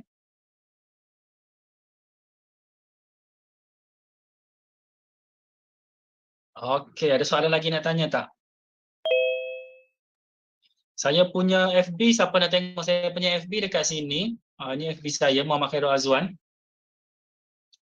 Ini FB saya, Muhammad Khairul Azwan. So, aktiviti-aktiviti saya banyak dekat gambar lah. Kalau yang tengok aktiviti saya banyak dekat gambar. Dekat gambar saya, dekat galeri saya, dekat aktiviti tadilah. Okay. Gambar aktiviti. Dan program-program saya pun banyak dekat sini lah. Saya buat program fitness. Mana jangan saya tanya saya punya program fitness. Saya juga buat corporate punya fitness. Okay, corporate fitness saya ada buat. Okay, team building. Okay, saya buat dengan DBKL. Saya buat dengan Bank Negara. Saya buat dengan KWSP. Saya buat dengan Petronas. Saya buat dengan mana lagi? LHDN. Saya buat dengan Suhakam. Macam-macam lagi lah. Okay, macam-macam kita buat team building, kita ada team building. Saya ada buat team building juga. Okay, saya ada buat, ini Puspanita. Ini Puspanita ni yang terbaru. Yang ini seronok sebab kita pergi water rafting bersama dengan tim Puspanita di BKL. Okay, so kita naik lori apa semua. So seronok lah sebagai dietitian sambil you dapat duit. Okay, sambil you dapat duit, program 2 hari dapatlah cover gaji 2 bulan, 3 bulan. Program 2 hari je. Okay. So kita jadi guide untuk dia orang. Maaf mengganggu. Ya. Encik Khairul ada share gambar ke? Sebab sekarang tak ada nampak. Oh, tak nampak Patutlah. Sekejap Okay, ni share. Ini gambar. Ini gambar saya dengan Puspanita. Nampak tak? Boleh nampak Okay, ini gambar saya dengan Puspanita. Saya buat corporate lah. Ini corporate dengan Puspanita. Puspanita di BKL. So kita pergi water rafting. Okay, dengan Puspanita. Puspanita ni semua perempuan lah. Okay, kita pergi ni water rafting, so kita pergi caving, masuk gua tempurung. Okay, ini aktiviti-aktiviti saya selain saya buat klinikal. Jangan saya tunjuk. Ni water rafting dengan gua tempurung. Ini saya buat sendiri, ni tim dengan fitness saya buat sendiri dengan caving. Okay, masuk gua dengan water rafting juga. Ini satu saya punya tim juga. Okay, saya buat apa lagi? Macam-macam lah. Okay, aktiviti. Jangan saya tunjuk yang saya punya tim Dietetics Advance. Okay, ini saya punya tim program Dietetics saya. So kita akan buat program fitness. Okay, kita buat program fitness. Okay, sebagai trainer lah. Okay, kita buat program fitness. Okay, kita buat program apa lagi? Kita buat program ini yang seminar. Kita buat seminar diet. Okay, kita buat seminar diet, program diet fit. Kita buat seminar. Okay, kita ajar food exchange dekat public. Macam mana buat food exchange, macam mana buat menu planning. Kita ajar dekat public. Berbayar, bukan free. Berbayar. Tak ada kita nak buat kerja free. Semua berbayar. Okay, so sambil you buat kerja you ada ilmu, you dapat duit. Okay, you dapat duit. Okay, so this one is kita punya program yang bootcamp lah. Saya juga buat bootcamp. Okay, kita buat bootcamp, kita buat program. Okay, dengan tire everything lah, kita ada tire, kita ada battle rope, kita ada aqua aerobic. Okay, so macam mana kita ada drum, kita panggil drum punya ni, kita ada tire besar, kita ada tire kecil, kita ada main dodgeball. Okay, so kita buat program untuk fitness. So setiap peserta dia akan bayar 250 lah. So you kira lah berapa orang ni. Melissa tanya macam mana nak start sebagai freelance fresh grad. Soalan yang baik. Kalau you siapa yang rasa nak jadi nak jadi orang yang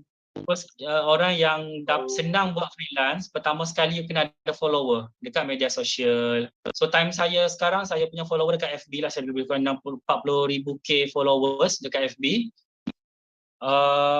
So saya banyak cari saya punya klien melalui FB lah. So saya banyak share berkenaan dengan diet. Okay, ini gambar saya pergi dengan student dietetic dekat UPM tadi. Okay, dan saya share banyak saya punya berkenaan dengan diet. Okay, berkenaan dengan aktiviti-aktiviti yang saya buat ni untuk kelas malam ni, saya ada share.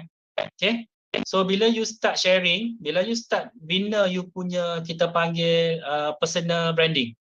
Okay, you bina you punya personal branding, so you akan senang lah bila you ni nanti. Okay, bila you dah start keluar nanti, you dah ada personal branding sendiri.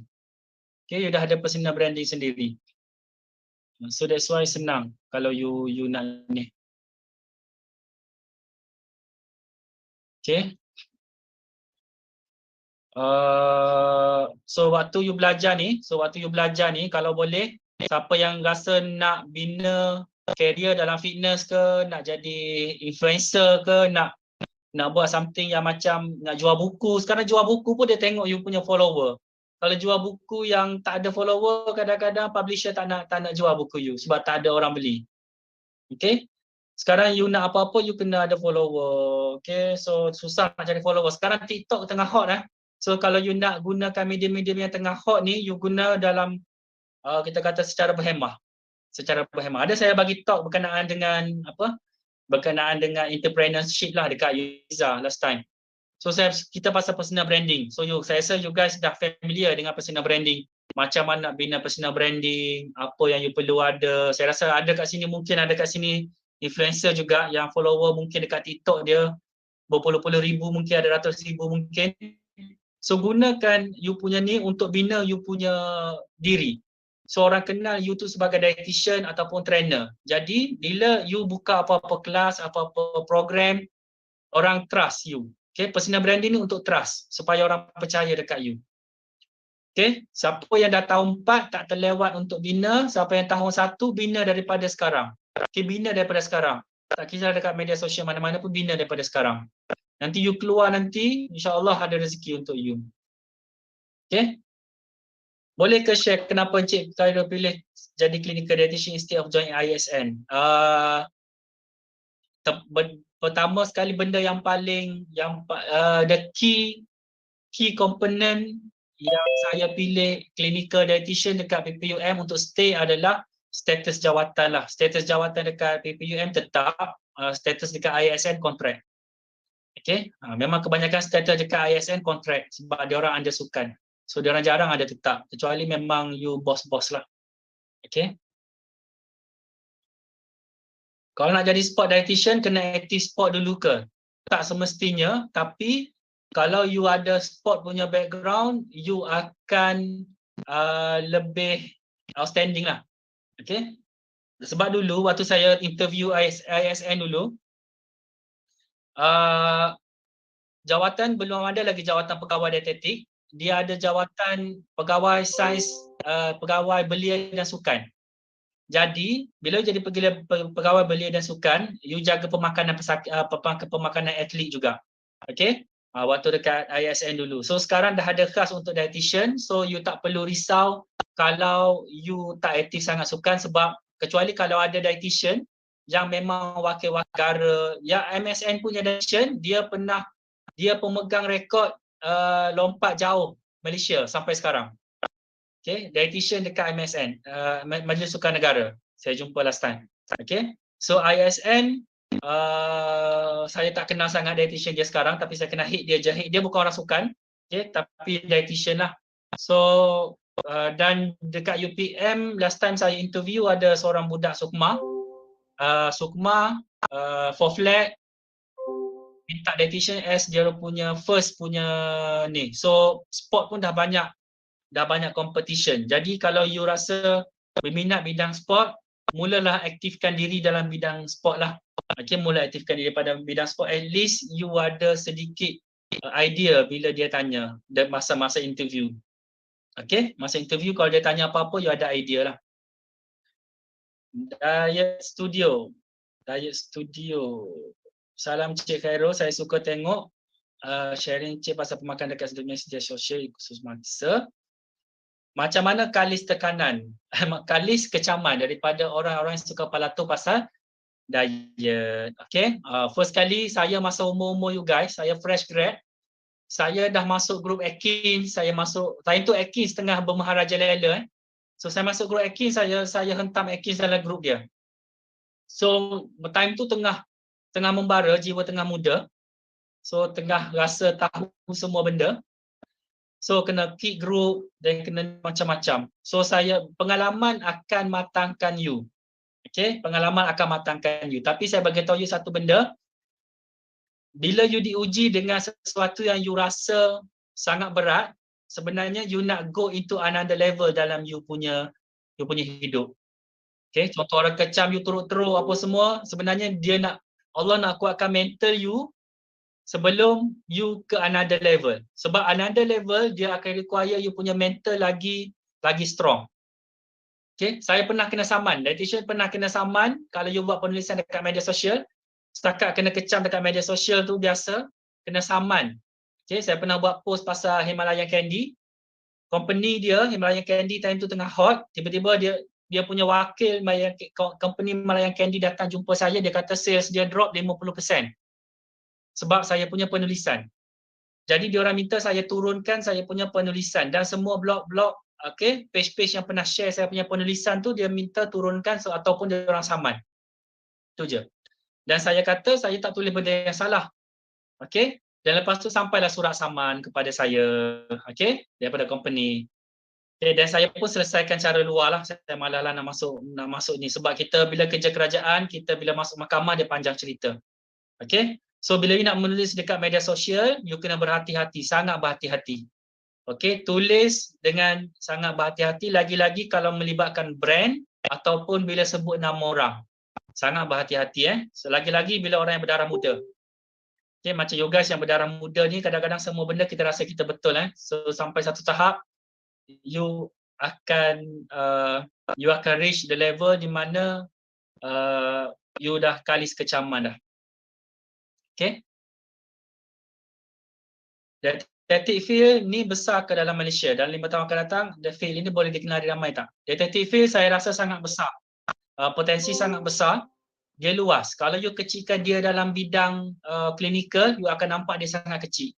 Okay, tapi kalau you besarkan dia, okay, dalam bidang retail, dietitian, macam dietitian, kita tadi cerita pasal detail. Sekarang farmasi dah banyak cari dietitian. Hospital-hospital dah mula dietitian. So, field ni akan lagi membesar. Nanti mana tahu kelab-kelab bola besar akan mula cari dietitian. Saya rasa orang pun dah start cari dietitian. Okay, JDT ke. Okay, kelab-kelab bola mana yang mula dah start.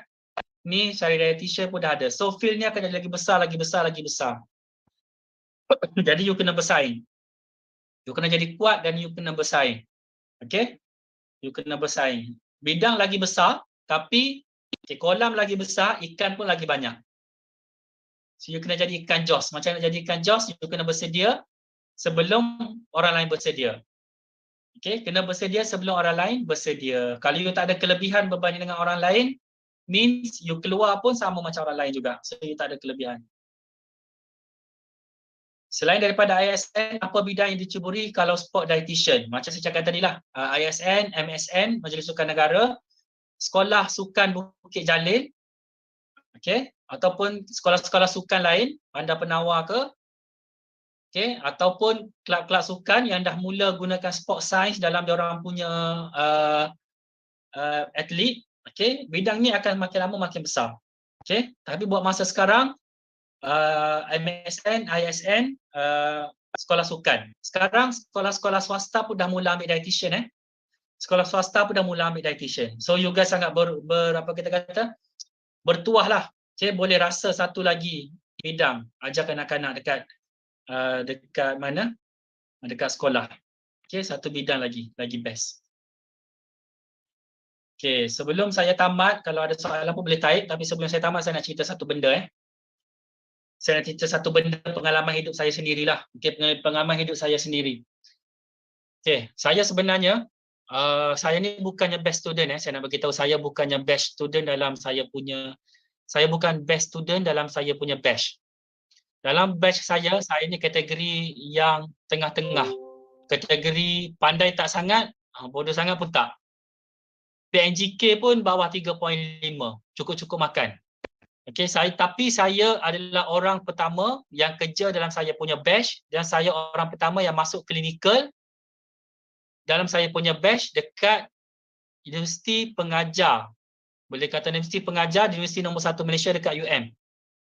Okay, saya nak bagi tahu you guys, saya tak kata saya hebat sebab saya bukannya best student, saya bukannya seseorang yang sangat berpengaruh dekat universiti, saya bukan seorang yang boleh bercakap macam ni, saya bukan seorang leader selain daripada saya jadi majlis tertinggi mahasiswa, itu pun biro kebajikan yang kerja bukannya kena presiden ke apa ke bukan. Tapi macam mana, alhamdulillah, macam mana rezeki itu datang. Saya nak cerita something dekat you yang di luar daripada benda-benda yang biasa ni lah. Sebenarnya you apa yang boleh membezakan you dengan orang lain? Saya nak tanya. Apa beza Alif dengan Zeti? Sebab saya nampak Alif dengan Zeti sekarang, dua orang dekat saya punya gambar. Kalau Alif dengan Zeti atau Al-Zahra ni, Bakis ni pergi interview tiga orang interview, okay, you punya PNGK lebih kurang sama. PNGK kalau bawah pada 3.5 contohlah, semua bawah 3.5 ataupun atas 3.5 sama, lebih kurang saja. Grade sama, lebih kurang saja. Aktiviti pun lebih kurang saja. So apa yang boleh membezakan you tiga orang ni di mata penemu duga? You rasa apa dia? You rasa apa benda?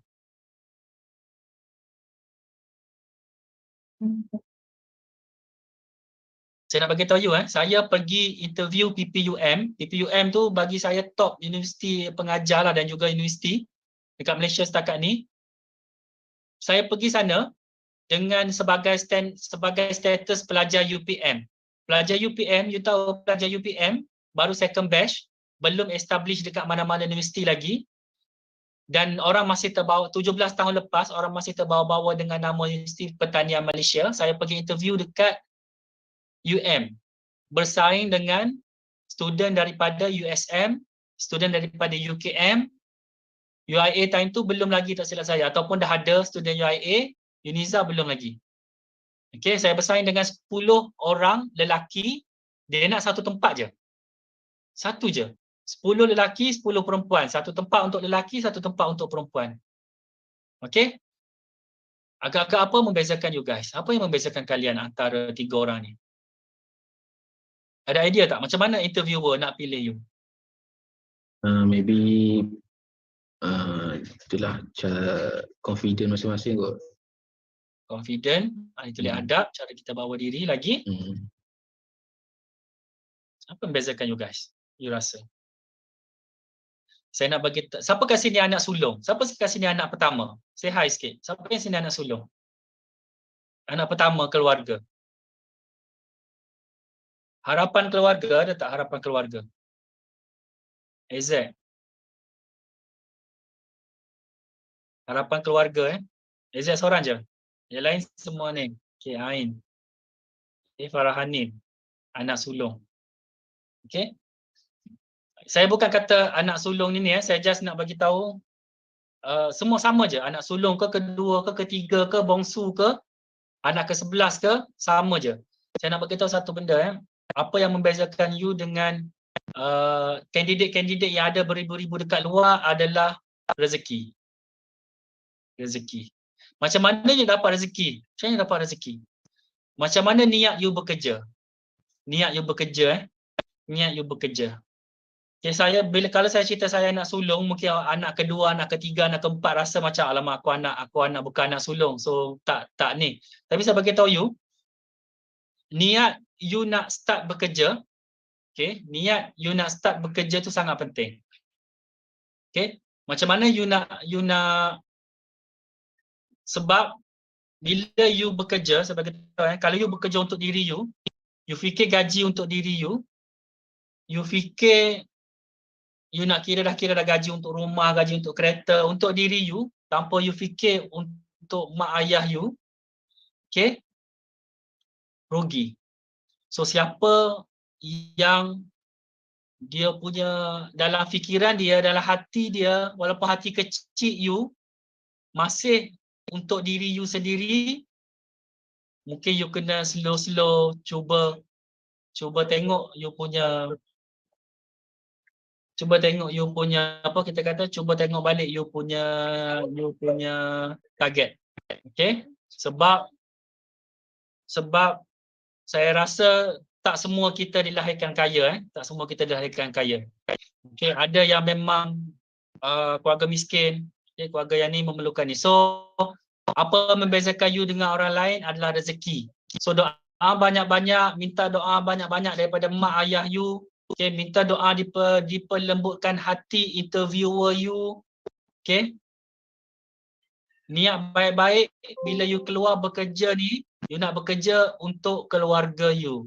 Okay, you nak bekerja untuk keluarga you, nak bantu keluarga you. Janganlah jadi millennials yang pentingkan diri sendiri. Saya bukan nak kata lah, saya ni mungkin orang lama, 30-an, tapi ramai yang saya baca dekat Twitter, dekat Facebook, kadang-kadang terlalu banyak isu pentingkan diri sendiri. You kena ingat satu benda je, rezeki akan datang mudah kalau you memang buat untuk keluarga. Mudah, seriously mudah. Okay, percayalah cakap saya, kalau you memang buat untuk family you memang target sesuatu untuk family you, minta doa mak ayah you pergi interview, diperlembutkan hati interviewer, insya-Allah daripada 3 orang tadi, bila interviewer tengok you, dia akan pandang you lain daripada orang lain. Okay? Itu benda ni orang tak cerita. You tinggilah PNGK tinggi macam mana pun, sebab saya nak bagi tahu pada batch saya, orang Melayu batch saya paling tinggi PNGK dalam dietetics tak jadi dietitian pun. Tak ada peluang dia untuk jadi dietitian. Okay, dia kerja bagi admin. Okay, kalau you betul-betul minat bidang dietitian, you betulkan balik you punya niat, you betulkan balik you punya target, kembalilah kepada ibu bapa yang selama ni duk sara you apa semua. Ingat you kerja, keluar, dapat gaji, setiap bulan jangan lupa, okay, waktu interview tu ke dapat kerja part time ke, bagilah kat mak ayah. Memang you target untuk bantu keluarga. Walaupun keluarga you dah kaya, mungkin ada keluarga yang pengarah hospital ke, keluarga yang dah memang harta tak habis, tak pun ada yang anak ahli syukri dalam ni ke, okay, yang memang duit tak habis. Tapi kalau you betulkan niat you untuk keluarga you, untuk bantu orang, insya-Allah, okay, you punya niat kan dipermudahkan. Kalau tak percaya saya, you cuba. So siapa yang rasa rendah diri, pointer rendah ke, rasa tak cukup hebat berbanding dengan orang lain ke, you banyak minta doa dengan mak ayah you. Okay, you banyak betulkan you punya niat you. InsyaAllah you akan lebih outstanding daripada mana-mana yang walaupun tinggi, pointer walaupun outstanding, tapi ada angkuh, ada sombong, ada takbur, ada ujub dalam diri. Okay, rezeki susah nak masuk. Itulah pesanan terakhir saya sebagai ustaz lah dekat sini, sebagai abang-abang kalian, sebagai pakcik kalian, yang saya rasa saya memang kena bagi tahu, wajib bagi tahu. Okay, terima kasih jemput saya pada malam ni. Ya, tak ada soalan Kalau ada apa-apa soalan nanti boleh tanya dekat Facebook lah. Boleh follow saya dekat Facebook Muhammad Khairul Azwan tadi, ataupun dekat Instagram saya Khairul Dietitian. Okay, Instagram saya Khairul Dietitian. Saya tulis dekat sini Instagram saya Khairul Dietitian. Saya punya TikTok, saya tak pandai sangat main TikTok, saya segan. Okay, saya tengoklah saya punya TikTok. Okay, so FB Muhammad Khairul Azwan, Facebook, IG Khairul Dietitian. So kita jumpa dekat sana nantilah. Kalau ada soalan ke apa-apa nanti boleh tanya dekat sana. Okay, terima kasih saja daripada saya.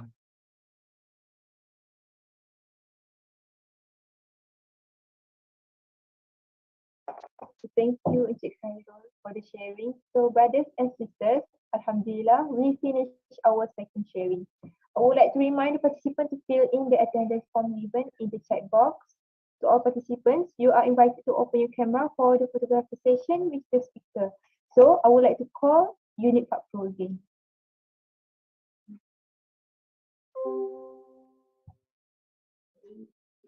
Okay, so anda semua boleh buka kamera.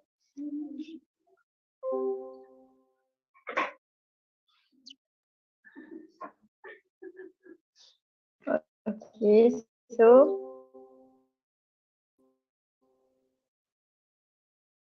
satu, dua, tiga.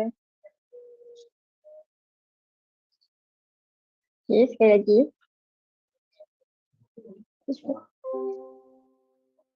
Okay, so satu, dua, tiga.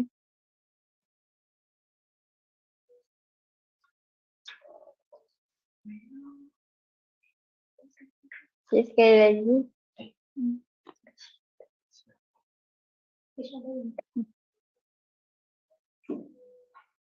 Okay, so satu, dua, tiga. Okay, thank you semua orang. Thank you, Unit Pak Pro. On behalf of the committees, I would like to gladly express my gratitude to our speaker, Ms. Encik Muhammad Khairul Azwan, for the wonderful session that can help students to gain knowledge about their field. Brothers and sisters, we are now at the end of the session. May we read the knowledge that we learned today and apply it in our future. For your attention, there is an attendance and feedback form circulated at the chat box by the committees. Please fill in the form as we are committed to improve our session for future events. And not to forget, on behalf of the Dietetics Career Pathway Talk 2023 committees, I would like to humbly express my gratitude to all the participants that willing to spend your time and give your cooperation with us this tonight. I also apologize for any inconvenience caused. It is hoped that you guys enjoy the session and may Allah bless us for our time and effort to gain knowledge by joining this session. Alhamdulillah, this is all for today. I hope we can gather again in another program. Thank you so much, everyone. And we end our session with recitation of Tasbih Kafarah and Suratul As.